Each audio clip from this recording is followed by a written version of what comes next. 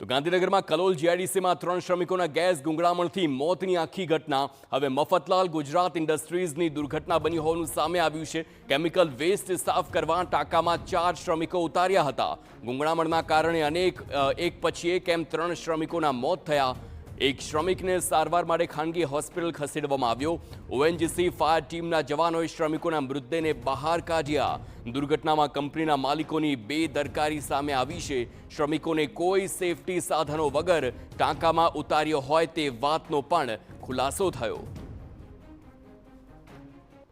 લગતો કચરો પાણીની ટેન્કમાં જે જમા થયેલો તે ટેન્ક સાફ કરવા માટે કંપનીના 4 કર્મચારીઓ ઉતરેલા, જે પૈકીના 3 પરપ્રાંતીય કર્મચારીઓ જે મરણ ગયેલ છે અને તે પૈકીના એકને જેને ગુંગળામણથી જે બેહોશ થઈ ગયેલા તે પૈકીના એક હાલમાં સારવાર હેઠળ છે. હાલમાં એ બાબતે ખૂબ ઊંડાણપૂર્વકની તપાસ તાલુકા પીઆઈ દ્વારા ચાલુ છે.